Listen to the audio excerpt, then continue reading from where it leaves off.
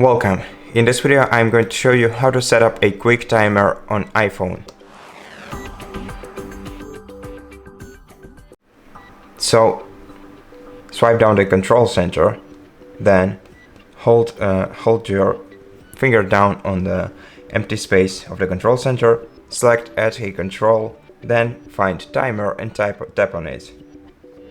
You can place it anywhere you like. I like it here usually. And now press and hold it for a while.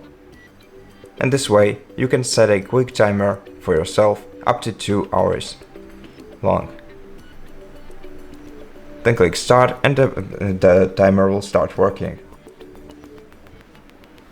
And that's it. Thank you for watching this video. If you liked it, consider subscribing to our channel, leave us a like and a comment below, and I'll see you in the next one.